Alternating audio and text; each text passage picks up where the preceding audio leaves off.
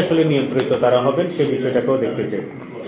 আমরা 5-এ বলেছি হচ্ছে পেট্রোবাংলা, বিপিসি, পিডিবি, আরএবি, শ্রেডা এবং বিদ্যুৎ ও প্রাথমিক জ্বালানি খাতের বিভিন্ন কোম্পানির শীর্ষ পদসমূহের কর্মকর্তাদের পরিবর্তন চাই। ওই একই কারণে শীর্ষ কর্মকর্তারা অধিকাংশ ক্ষেত্রেই হচ্ছে বিভিন্ন সরকারি প্রতিষ্ঠান থেকে এসছেন, যাদের কাজের অধিকাংশের ক্ষেত্রে অভিজ্ঞতাও নেই যে তারা কোন সেক্টর থেকে কোন সেক্টরে এসে কাজ করছেন।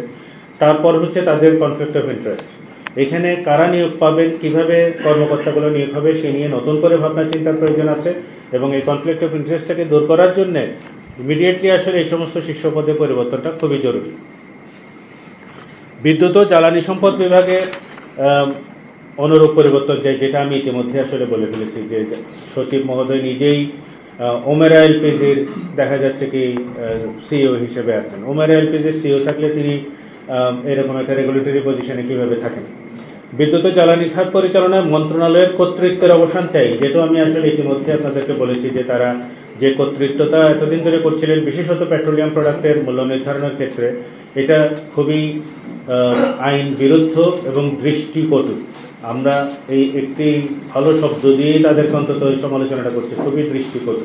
তাদের আসলে এই ক্যারেক্টারের মধ্যে থাকা উচিত না।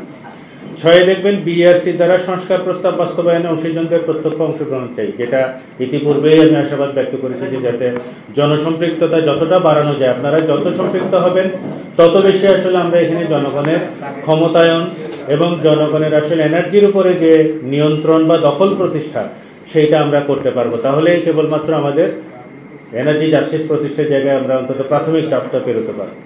আমরা বলছি 7-এ বিআরসিকে সক্ষম ও কার্যকর করার জন্য মন্ত্রণালয়কে কেবলমাত্র আপস্ট্রিম তথা পলিসি রেগুলেটরের দায়িত্বের মধ্যে সীমাবদ্ধ রাখা চাই। ডেফিনেটলি এই কথাটাই আমরা রিপিটেডলি বলার চেষ্টা করেছি যে পলিসি মেকিং এর পলিসি রেগুলেশন করবেন ওনারা। আপস্ট্রিম থেকে যেভাবে মনে করেন বাইরের থেকে যদি আমরা যেই পেট্রোলিয়াম প্রোডাক্ট বলেন কিংবা অন্য প্রাইমারি হিসেবে তো গ্যাসের জন্য মূল যে আমদানি করি আমরা সেটা তো পেট্রোলিয়াম প্রোডাক্ট, সেখানে পলিসি নির্ধারণ সংক্রান্ত জায়গাতে ওনারা শুধু কাজ করবেন, কিন্তু মূল্য নির্ধারণ করা কিংবা এই পুরো সেক্টরের অন্যান্য রেগুলেশনের যে প্রশ্ন সেটা যেন বিআরসির হাতেই থাকে, সেটা যেন মন্ত্রণালয়ের হাতে কোনোভাবেই না যায়। আমরা 8-এ বলছি বিআরসি আইনের সংশোধনী 34-এর ক বাতিল হয়েছে। অন্তর্বর্তীকালীন সরকার এসে 21শে অগাস্ট ওনারা এই গেজেটের মাধ্যমে আসলে 34-এর ক যেটা সংশোধন করা হয়েছিল সেইটাকে বাতিল করেছেন। 34-এর কটা আসার পেছনে ব্যাকগ্রাউন্ডটা আপনারা যদি অন্তত 2-3 বছর আগের পত্রিকাগুলোতে আপনাদের করা রিপোর্টগুলো খেয়াল করেন, বিআরসির 34 ধারাটাকে ব্যবহার করে ক্যাবের তরফ থেকে যে পরিমাণ মামলা উচ্চ আদালতে করা হয়েছে তার কোনোটাতেই আমরা আসলে খালি হাতে ফিরিনি।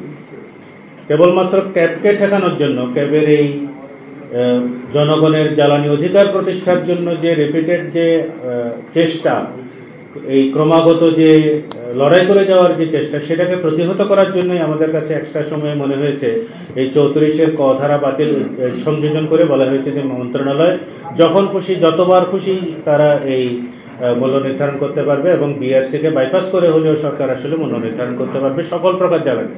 তাহলে আর বিআরসি একটা প্রয়োজনটা কি? বিআরসির মধ্যে একটা কমিশন থাকার প্রয়োজন কি? সবই যদি রাষ্ট্রীয় পর্যায়ে মিনিস্ট্রি যদি বসে বসে করতে পারে, সেটা বাতিল হয়েছে, আমরা এটার জন্য সাধুবাদ জানাই।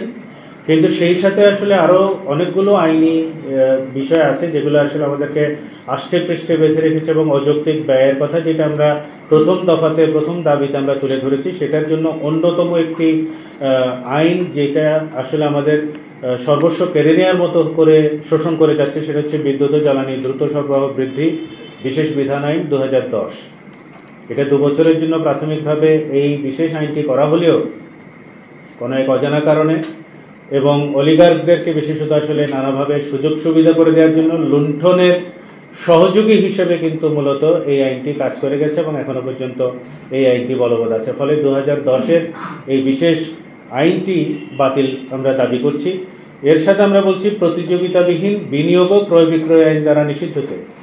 প্রতিযোগিতাবিহীন বিনিয়োগ বিষয়টাকে আমরা এই বিআরসির আইন এবং জ্বালানি সংশ্লিষ্ট অন্যান্য আইনের পাশাপাশি ক্যাবের তরফ থেকে অন্য একটি আইনকে আমরা বারবার চেষ্টা করেছি ব্যবহার করতে এবং সেই জায়গায় সক্ষমতা তৈরি করার ক্ষেত্রে আমরা চেষ্টা করেছি।